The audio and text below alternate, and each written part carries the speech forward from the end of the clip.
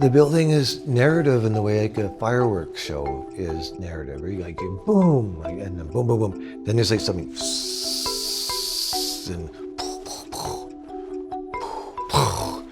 and you know as a viewer that you're building up to something, that there's some sort of crescendo, and that there's obviously people who are taking you through a series of experiences.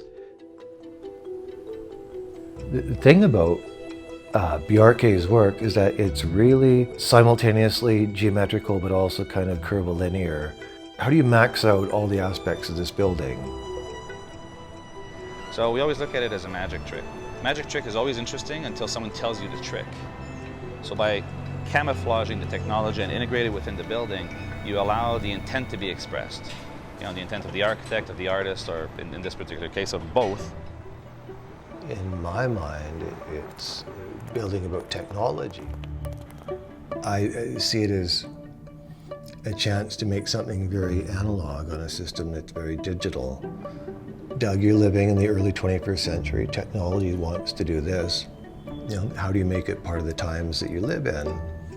So I've always sort of approached this building from the beginning as something that can contain a secret message or some sort of other image that you can only see if you use it through your phone. But the thing about public art is it's not the least bit public. People feel very proprietary. It's not just there temporarily, it's there for a long time. We're in Alberta and the building is TELUS Sky. There's a very, very obvious, but I think very, very necessary component to all this, which is the Aurora Borealis, the Northern Lights.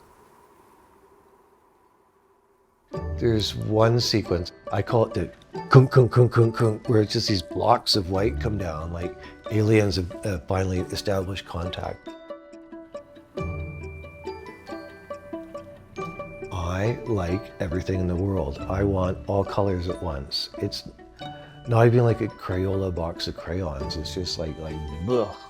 And that's just me. A lot of people find that kind of confusing or complexing or unsubtle or what have you. And I think the thing about the human brain is we're always trying to find patterns. It's probably what makes us different from any other species. I mean, I've got this thing called a brain. Writing's about time. This is about space. I want to use all of myself while I'm alive here on the planet.